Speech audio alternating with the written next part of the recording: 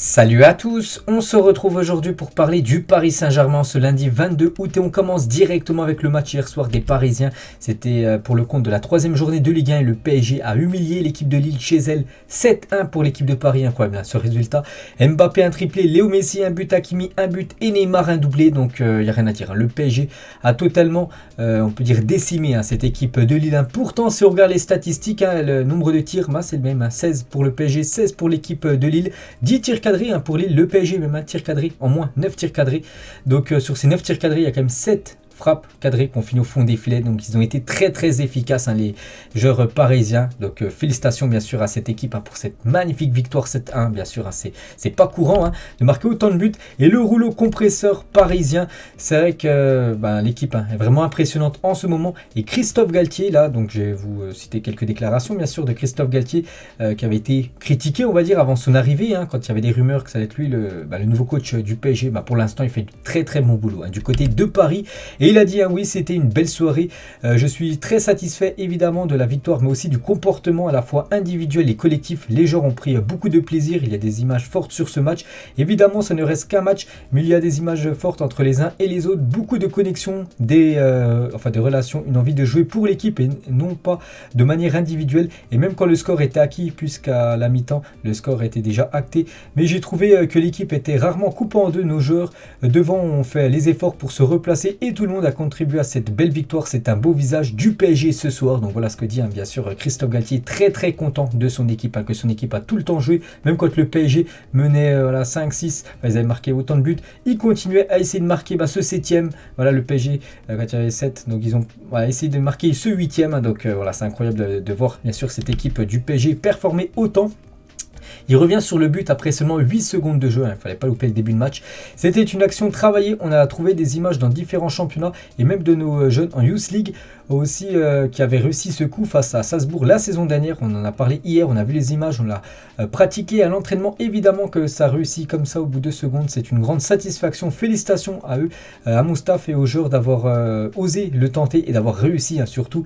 Donc ça nous a mis dans le match, ça a fait du mal à l'adversaire et après quand l'équipe est sérieuse comme ce soir, évidemment que les choses sont beaucoup plus faciles bien sûr. Donc voilà toutes les déclarations de Christophe Galtier, très content de cette rencontre. Et Donnarumma il a dit: je suis très content de ce match, mais on se projette déjà sur le prochain. Aujourd'hui c'était un grand match et on est très heureux. Le but de Kylian, oui, on l'avait travaillé, on avait peaufiné tous ces détails et nous sommes très contents de la manière dont l'équipe a joué aujourd'hui. Nous travaillons bien à l'entraînement. Maintenant il faut prendre match par match. Donc voilà en gros les déclarations par exemple de Galtier et aussi Donnarumma. Et c'est vrai qu'actuellement le PSG ça joue très bien et les résultats sont là, en plus des résultats vraiment fleuves. Un 5-0 contre l'équipe de Clermont, un 5-2 contre Montpellier, un 7-1 contre l'équipe de Lille, ce qui fait un total quand même de 17 buts marqués, seulement 3 buts encaissés après 3 journées de championnat, c'est incroyable. Donc le PSG c'est quand même quasiment un record parce qu'il est devenu donc hier soir le premier club à inscrire 17 buts après 3 journées de Ligue 1 depuis Rennes en 1950-1951. Donc ça remonte quand même à 71 ans, le record du Stade Rennais d'avoir marqué autant de buts. Donc Rennes à 50-51, ils ont inscrit 18 buts. Donc le PSG là est à 17 buts après 3 journées. Voilà pour montrer bien sûr l'immense exploit des Parisiens bien sûr. Donc du coup au classement, c'est simple, le PSG est en train déjà d'écraser ce championnat français.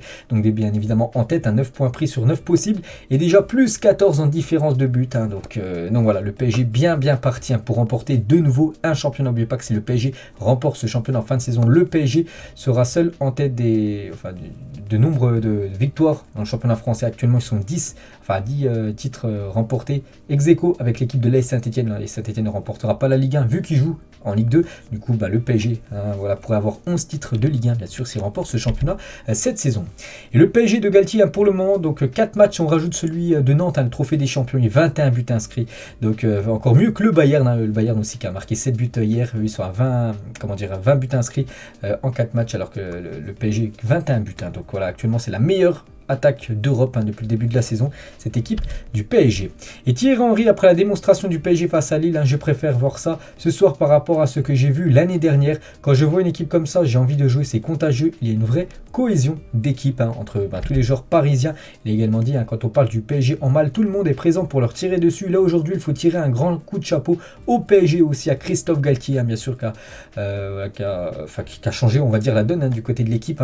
Sous l'ère Pochettino, on a vu ce que ça donnait. là sous l'ère Galtier. Bon, après c'est vrai que c'est seulement la Ligue 1, il faudra voir en Champions League, mais pour l'instant voilà, c'est très bien de commencer comme ça. Imaginez le PSG aurait commencé avec 2 matchs nuls ce début de saison, voilà, ça a été compliqué tout ça, alors que le PSG non, il n'a pas eu de match nul, que des victoires, et surtout des victoires avec la manière, et bien sûr on prend.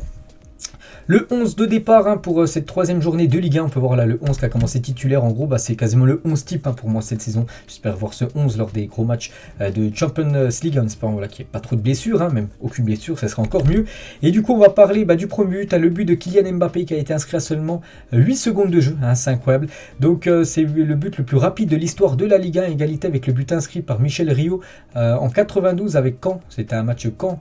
Cannes, et il avait marqué ce but au bout de 8 secondes de jeu. Bon, Mbappé maintenant est ex-aequo, donc incroyable bien sûr, c'est avec cette combinaison qui a tout bien fonctionné. Le petit lob de Kylian Mbappé sur le gardien de cette équipe de Lille, qui a obtenu la note de 1 sur 10 aujourd'hui, le gardien de cette équipe par rapport à sa prestation catastrophique hier, voilà, sur 9 tirs cadrés qu'il a arrêté, il a pris 7 buts, il a fait seulement 2 arrêts.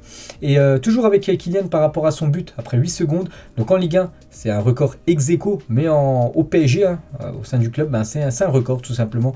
Buteur après 8 secondes de jeu, Mbappé inscrit face à Lille le but le plus rapide de l'histoire du Paris Saint-Germain en compétition officielle, donc voilà un record à mettre en plus à l'actif de Kylian Mbappé du côté de Paris. On peut voir voilà, les photos de la célébration de Kylian Mbappé, bien sûr après son petit lob, et surtout ce but inscrit au bout de seulement 8 secondes de jeu, donc félicitations à lui, mais il ne s'est pas arrêté là, Kylian, donc Kylian buteur après 8 secondes, mais il a été buteur encore à 2 reprises, après voilà ce premier but, donc pas content, du coup triplé voilà, pour Kylian Mbappé. Et Mbappé, depuis qu'il a rejoint Paris, c'est déjà 9 triplés, donc il devance Zlatan Ibrahimovic qui était à 8 triplés. Zlatan c'est lui qui avait le record, donc maintenant Mbappé c'est lui qui a le plus de records du côté du PSG en triplé, donc voilà encore un record à seulement 23 ans pour Kylian Mbappé. Et toujours avec lui, donc seul joueur du top 5 européen à avoir inscrit 30 buts en 2022, beaucoup trop chaud Kylian Mbappé, donc tout va bien actuellement pour Kylian qui avait très bien fait, la saison dernière il était énorme, c'était le meilleur parisien, puis là il débute cette nouvelle saison en étant aussi souvent décisif. Il avait loupé les 2 premiers matchs, suspendu et blessure, et là le match hier et le match la semaine dernière il a été décisif, Kylian. Et on peut voir qu'il a mis sur son compte Instagram un beau dimanche soir, oui, un beau dimanche soir quand tu t'imposes 7-1, et quand toi tu marques personnellement 3 buts dans la partie, bien évidemment, c'est un très bon dimanche pour Kylian Mbappé. Et toujours avec lui, donc c'est lui qui tirera les pénaltys cette saison du côté de Paris, parce que Christophe Galtier confirme au micro de Prime Video que Mbappé est le tireur de pénalty numéro 1 au PSG. On ne savait pas si ça allait être lui ou Neymar, et du coup voilà c'est fait. Donc Galtier dit que ça sera Mbappé qui tirera les pénaltys du côté de Paris. On va parler de Léo Messi, lui aussi il a été décisif, buteur et passeur D, donc déjà passeur D à la 8e seconde, donc vu que c'est lui qui délivre ce caviar pour le but de Kylian Mbappé, et à la 28e minute buteur sur une passe D de Nuno Mendes, un très beau but aussi de Léo Messi. Donc voilà, un match parfait bien sûr pour Léo Messi, et cette saison c'est déjà la 2e fois où il est buteur et passeur D dans un même match, il avait été également buteur et passeur D lors du match d'ouverture contre l'équipe de Clermont. On va parler cette fois-ci de Neymar, encore une grosse prestation de Neymar. Donc son match hier soir c'est 2 buts, et on peut ajouter 3 passes décisives, incroyable Neymar, donc ses stats en Liga, c'est déjà 5 buts et 6 passes D cette saison, c'est incroyable, il commence très très fort Neymar. N'oubliez pas que donc cette saison j'ai dit 5 buts et 6 passes D, et si on prend en compte les stats de la saison dernière, donc il a encore quelques buts à rattraper, 13 sur toute la saison dernière, mais en nombre de passes D, il est déjà au même niveau que la saison dernière, 6 passes D également, mais la saison dernière c'est sur les 38 matchs, alors que là il a disputé seulement 3 matchs, le joueur brésilien. Donc Neymar toujours avec Kylian Mbappé. La semaine dernière il y avait une brouille entre les deux, quasiment on a pu voir dans la presse qu'il y avait quasiment un clash entre Kylian Mbappé et Neymar. Hier bien sûr les deux ont pu montrer bien sûr qu'ils sont encore de très grands copains, le joueur français et le joueur brésilien. Et toujours avec Neymar, donc il est devenu hier soir le premier joueur de l'histoire du PSG à inscrire 4 buts après 3 journées de Liga, c'est même 5 buts vu qu'il a inscrit un doublé. Donc voilà, c'était déjà un record à 4 buts, donc c'est encore un record, encore un plus gros record, vu que c'est déjà 5 buts après 3 journées. Jamais un joueur du PSG a marqué autant de buts après ces 3 premières journées de Ligue 1. Et les 3, donc la MNM, donc Messi, Neymar et Mbappé, donc ils ont obtenu les 3 la note de 9 sur 10 pour leur prestation hier, donc félicitations bien sûr à ce trio, peut-être, non c'est pas peut-être, c'est actuellement c'est le meilleur trio au monde offensivement. Hein. Voilà, actuellement, il n'y a pas meilleur. Hein. Voilà, je parle vraiment actuellement. Et ils ont des stats incroyables. Et toujours avec ces trois, donc Neymar actuellement meilleur buteur du championnat français, et également aussi meilleur passeur du championnat français, hein, Neymar, donc félicitations à lui. Mbappé actuellement en deuxième position, classement des meilleurs buteurs, et Léo Messi en troisième position, donc voilà la MNM aux 3 premières places hein, du classement des meilleurs buteurs de la Ligue 1. Et Thierry Henry, par rapport à cette MNM, ce qui m'intéresse, c'est de voir ce que Messi, Neymar et Mbappé font quand ils n'ont pas le ballon. Et là, même à 5, 6, voire 7-1, ils revenaient toujours défendre s'ils continuent comme ça. Attention à la France et surtout attention à l'Europe. Hein. Voilà, pour bien sûr pour la Champions League, hein, qui est toujours l'objectif ultime hein, du club parisien. On va parler de Donnarumma, bravo à toute l'équipe, hein, très belle performance, on continue comme ça, il a pu mettre sur son compte Twitter, bref, voilà, sur ses réseaux sociaux, et nous sommes très contents, on a pris beaucoup de plaisir, mais je ne suis pas content de ce but encaissé, le plus important est d'avoir gagné, on a très bien joué, on peut voir aussi Vitinha, ici c'est Paris, hein, belle partie de nouveau hein, pour Vitinha les gars, donc en zone mixte, au journal Le Parisien il a dit je me sens vraiment bien, je pense que tout le monde a vu l'incroyable match que nous avons fait ce soir, maintenant l'objectif est de continuer comme cela, et de s'améliorer si on peut, hein, donc bien sûr n'importe quelle équipe peut encore s'améliorer, mais là on touche quasiment l'excellence, hein, voilà, que le PSG continue comme ce qu'ils font actuellement, de jouer quasiment à 100% tous les matchs, hein, et de vouloir toujours marquer des buts, hein, même si le score est déjà acquis, de vouloir toujours bien sûr inscrire le plus de buts possible. On va parler cette fois-ci de Marco Verratti, 250 matchs de Ligue 1 pour Marco Verratti, le 6e joueur de l'histoire du PSG à atteindre ce total. Hein, donc félicitations à Marco Verratti, donc le record c'est toujours Jean-Marc Pilorget, donc 371 buts à l'époque, enfin match hein, plutôt du côté de Paris. Donc Verratti lui est à 250 matchs en Ligue 1. Sergio Ramos 3 sur 3 pour SR4, hein, bien sûr, hein, encore un match très solide hein, de la part du défenseur espagnol. On peut voir aussi Achraf Hakimi qui a mis un petit message hein, sur son compte Twitter. Bien sûr, buteur en plus Achraf Hakimi, déjà son deuxième but, il avait été buteur lors de la première journée contre l'équipe de Clermont. Renato Sanchez qui est rentré en cours de jeu, ovationné hein, par son ancien club, hein, qui est l'équipe de Lille, qui a pris une sacrée correction hier. Donc on a fait un grand match, on a très bien joué et marqué beaucoup de buts. Hein. Ouais, 7 buts, c'est pas courant hein, dans le football moderne de marquer autant de buts. Et Lille les gars, juste une petite info concernant l'équipe que le PSG a battue hier soir, donc concernant cette équipe du LOSC. Hein, donc ils ont subi hier soir la pire défaite de toute leur histoire. Donc voilà, ça a été bien sûr une soirée noire, on peut dire, hein, pour cette équipe de Lille. On peut voir l'équipe type de cette troisième journée de Ligue 1, on peut voir pas mal de Parisiens, donc il y en a, 2, 4, 6 joueurs du PSG sur le 11 hein, de cette équipe type, hein, donc Neymar, Messi, Mbappé, on peut voir aussi Verratti, Kimpembe et Nuno Mendes. Hein. Donc félicitations bien sûr à cette équipe du PSG, beaucoup représentée hein, voilà, dans cette équipe type. À noter que Neymar les gars, c'est quand même la 3e fois sur 3 qui figure hein, dans l'équipe type de la saison en Ligue 1. On peut voir du coup maintenant le programme. Donc actuellement le PSG, je crois qu'il y a un jour de repos. Ils reprendront l'entraînement demain. Voilà, un jour de repos bien mérité hein, par rapport à ce qu'ils font ces dernières semaines. Hein. C'est mérité bien sûr d'avoir ce jour de repos. Donc demain entraînement pour préparer ce match dimanche prochain contre l'équipe de Monaco. Il y a encore un gros test. Hein. Cette fois-ci, ce sera au Parc des Princes. Après, ce sera un déplacement à Toulouse, Nantes et la réception de Brest. Après, il y aura un Lyon PSG aussi hein, qui sera un gros choc hein, bien sûr pour l'équipe parisienne. On va parler un petit peu mercato et c'est officiel, encore un départ du côté de Paris. Vous savez que le PSG doit dégraisser son effectif, ils ont déjà laissé filer quelques joueurs et maintenant un nouveau joueur quitte le club, c'est Dina Ebembe. Donc il est prêté à l'Eintracht Francfort les gars. Donc le PSG est heureux d'annoncer la prolongation du contrat d'Eric Junior Dina Ebembe jusqu'au 30 juin 2024. Mais le milieu de terrain est prêté avec option d'achat à cette équipe de Francfort hein, jusqu'à la fin de la saison 2022-2023. Donc voilà, c'est officiel. Donc voilà une petite info concernant le jeune parisien. On peut voir Abdou Diallo ne rejoindra pas l'AC Milan. Donc les Rossoneri auraient lâché l'affaire après avoir constaté que le Sénégalais n'affichait pas une envie folle de signer à Milan. Donc du coup, pour l'instant, à 9 jours de la fin du mercato, c'est toujours un joueur du PSG alors que le PSG aimerait vendre hein, Abdou Diallo. Concernant un autre Sénégalais du côté de Paris, c'est Idrissa Gueye. Donc le PSG ne veut pas laisser Gueye quitter le club gratuitement. C'est la raison pour laquelle les négociations coincent avec Everton qui est d'accord avec le joueur depuis 10 jours. Hein, mais bon, depuis 10 jours, ça patine, ça avance pas en gros. Le transfert de Gana Gueye. Bon après, il reste encore pas mal de temps de mercato, donc ça pourrait se faire, mais pour l'instant, il faudrait que toutes les parties, bien sûr, se mettent OK. Concernant Icardi, que le PSG espère bien sûr se séparer, donc deux clubs de MLS veulent signer Mauro Icardi, donc j'ai pas le nom de ces deux équipes aux États-Unis, il y a aussi les deux grands clubs turcs, le Fenerbahçe et le Galatasaray qui suivent de près l'attaquant argentin. Concernant Herrera, il va bien quitter l'équipe du PSG, donc il aurait trouvé un accord avec l'équipe de Bilbao pour poursuivre sa carrière. Là aussi, ce serait une bonne nouvelle pour le PSG de laisser filer de nouveau un indésirable. Et on peut voir actuellement que le PSG a laissé quand même filer pas mal de joueurs. N'oubliez pas que le PSG doit vendre. Donc Kalimundo, Kerrer, Areola, Bulka, Wijnaldum, Dagba et Dina Ebembe. Donc voilà, sinon tous les autres joueurs, que ce soit Icardi, que ce soit Gay, Diallo ou même, je sais pas, Herrera ou même Draxler, les gars, qu'on n'a pas parlé aujourd'hui, les gars, bien sûr, sont toujours sur la liste des départs. Et une petite info, les gars, juste concernant Thilo Kehrer qui a été vendu là il y a seulement quelques jours. Donc il a joué son premier match du côté de West Ham. Donc West Ham s'est incliné 2-0 et c'est lui qui a provoqué le penalty voilà, pour l'ouverture du score pour l'équipe de Brighton qui s'est imposé 2-0 du côté de West Ham. Donc il a commencé difficilement dans son nouveau club. Donc on lui envoie bien sûr beaucoup de force à Thilo Kehrer.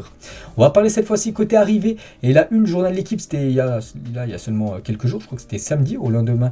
Par exemple, parce que je vois OL forte tête par rapport à leur victoire 4-1 contre Lyon en haut. Donc c'était au lendemain, c'était samedi bien sûr. Et on peut voir que la une de l'équipe revenait sur ce joueur Bernardo Silva, que le PSG en rêve. Le Paris Saint-Germain rêve de Bernardo Silva. Donc le PSG négocie toujours avec City pour Bernardo Silva. Donc ce serait une énorme recrue bien sûr.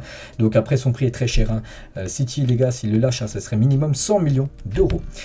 Concernant Milan Skriniar, c'est fini. L'Inter Milan a décidé de ne plus vendre Milan Skriniar. Le club a refusé plusieurs offres pour son défenseur. Donc fin du feuilleton. Milan Skriniar ne rejoindra pas l'équipe du PSG, enfin pendant ce mercato 2022. Concernant Mohamed Simakan, la même chose. Leipzig bloque la vente de Mohamed Simakan. Donc ça sera pas lui également le futur défenseur du PSG. Donc voilà, ces deux-là, c'est non. Et Sergio Ramos, les gars, donc selon l'équipe, dans son édition du jour, le PSG a prévenu Sergio Ramos que le club chercherait à recruter en défense centrale pour le mettre en concurrence, voilà, SR4. Donc voilà. Il devrait bien avoir un défenseur central qui devrait arriver du côté du PSG, mais ça sera ni Simakan ni Skriniar. Concernant Léo Messi, en fin de contrat, en fin de saison, le PSG souhaiterait prolonger le contrat de Léo Messi. Les dirigeants parisiens voudraient empêcher un éventuel retour de l'Argentin du côté du Barça. Parce qu'en fin de saison, j'ai vu quelques rumeurs que le Barça aimerait faire revenir Léo Messi du côté de Barcelone et le PSG veut pas. Le PSG veut conserver Léo Messi. C'est pour ça qu'ils vont commencer à passer à l'action, essayer de prolonger dans quelques semaines, bien sûr, le joueur argentin. Une petite info concernant Casemiro, donc c'est un ancien joueur du Real, maintenant nouveau joueur de Manchester. Donc pourquoi on en parle dans cette édition du PSG? Parce que Casemiro refusait une offre financièrement plus intéressante venant du PSG. Donc le projet proposé par les Red Devils aurait plus convaincu. C'est vrai que le PSG avait des vues sur Casemiro. Du coup, il avait quand même refusé l'équipe du PSG parce que pour lui, l'équipe de Manchester lui a proposé un meilleur projet en gros que l'équipe parisienne. Donc c'est un peu incompréhensible. Dommage parce que ça aurait pu être un joueur de l'équipe parisienne, le joueur Casemiro. Toujours avec Paris, donc l'OM donc sont visés par l'UEFA pour non-respect du fair play financier. Ils ont 3 ans pour redresser leur club sous peine de sanctions plus sévères. Attention, d'après le journal L'Équipe, donc le PSG ne respecterait pas le fair play financier. Ils doivent vraiment très bien le respecter parce que sinon ils peuvent être sanctionnés financièrement, mais surtout sportivement. Donc ça veut dire peut-être exclus de la Champions League, tout ça. Donc ce serait une catastrophe bien sûr pour Paris. Donc voilà, ils ont 3 ans pour redresser la barre. Voilà, c'est 2 clubs qui sont engagés en tant que club français en Champions League saison prochaine. Et le PSG, les gars, actuellement 5e, c'est la 5e meilleure équipe en Europe d'après le classement UEFA des clubs français par rapport aux points pris par le PSG sur les 5 dernières années, donc 5e. Donc voilà, très bien classé en espérant bien sûr que le PSG puisse un jour intégrer le podium. Et toujours avec Paris. Donc le PSG va jouer bien sûr la Ligue des Champions. Aujourd'hui on est lundi et jeudi on connaîtra les 3 futurs adversaires du PSG en phase de poule de Champions League. N'oubliez pas que le PSG est dans le chapeau 1. Donc le PSG peut avoir vraiment un gros chapeau. Par exemple, ils peuvent choper des grosses équipes dans le chapeau 2 comme le Barça, l'Atlético, Liverpool ou même la Juventus Turin ou même Chelsea. Dans le chapeau 3, il y a aussi des belles équipes comme l'Inter, Dortmund et voilà. Donc voilà, ça sera bien sûr, il y aura des gros duels bien sûr en Champions League pour l'équipe parisienne. Et toujours avec la Champions League, donc le PSG utilisera 2 typographies différentes pour le flocage de ses maillots en Ligue des Champions. Voilà, d'après la source parisienne, bien sûr un Twitter qui relaye beaucoup d'infos sur l'équipe parisienne. Donc voilà, il pourra avoir ce flocage là et cet autre flocage là lors des matchs de Champions League. Toujours avec Paris, on peut voir les campagnes d'abonnement sont un succès pour la majorité des clubs de Ligue 1. Donc on va regarder nous surtout l'équipe parisienne. Donc le PSG, on peut voir 36 000 abonnés. Donc jauge du stade 48 000. Donc voilà, il y a seulement maintenant 12 000 places à chaque fois disponibles à l'avance. Sinon, voilà, c'est que des places d'abonnés. On peut voir ratio abonnés jauge à 75% pour l'équipe parisienne. Donc évolution d'abonnés par rapport à la saison dernière, donc aucun. Donc voilà, il y a le même nombre d'abonnés par rapport à la saison dernière. Donc il y a beaucoup d'abonnés. Je crois que c'est le deuxième club avec le plus d'abonnés derrière l'Olympique de Marseille. Ezequiel Lavezzi est au camp des loges ce jeudi. Retrouvailles chaleureuses avec Mauro Icardi. Voilà pour Lavezzi, ancien joueur de l'équipe du PSG. On peut voir une accolade avec Marco Verratti. Bien sûr, il a pu voir des autres Argentins de Paris. Donc Paredes ou même Léo Messi. Les joueurs brésiliens, donc Neymar à l'époque du côté du Brésil avec le numéro 7 et Lucas Moura, souvenez-vous, c'est un ancien joueur du PSG, elle fait plaisir cette photo. Et concernant le Brésil les gars, parce que le Brésil va jouer normalement au Parc des Princes, le match serait prévu le 27 septembre prochain, un Brésil-Tunisie au Parc des Princes, voilà, pourrait être organisé, donc voilà. On va parler de Neymar, les gars. Neymar à l'époque, avant qu'il soit au PSG, avant qu'il soit au Barça, c'est un joueur de Santos, bien sûr, ce crack brésilien. Kylian Mbappé, quand il a reçu son Golden Boy, donc Ballon d'Or Junior, donc Ballon d'Or pour un jeune joueur de moins de 21 ans, bien sûr, remporté par Kylian il y a quelques années. Et on finit, les gars, cet épisode aujourd'hui. On envoie beaucoup de force à Wijnaldum, joueur du PSG prêté à l'équipe de l'AS Roma, parce qu'officiel, tout juste arrivé à l'AS Roma, Wijnaldum souffre d'une fracture du tibia droit, donc voilà, il pourrait être indisponible pendant quelques semaines, voire quelques mois. Donc on lui envoie beaucoup de force, bien sûr, à Wijnaldum. Et voilà, qui reviennent très très fort sur les terrains. Donc voilà, les gars, ce qu'il y avait à dire aujourd'hui concernant l'équipe parisienne. Donc nous, on se retrouve, ça sera jeudi, les gars, pour le prochain numéro consacré au PSG. Allez, moi, je vous laisse. Bonne journée à vous et à plus tard.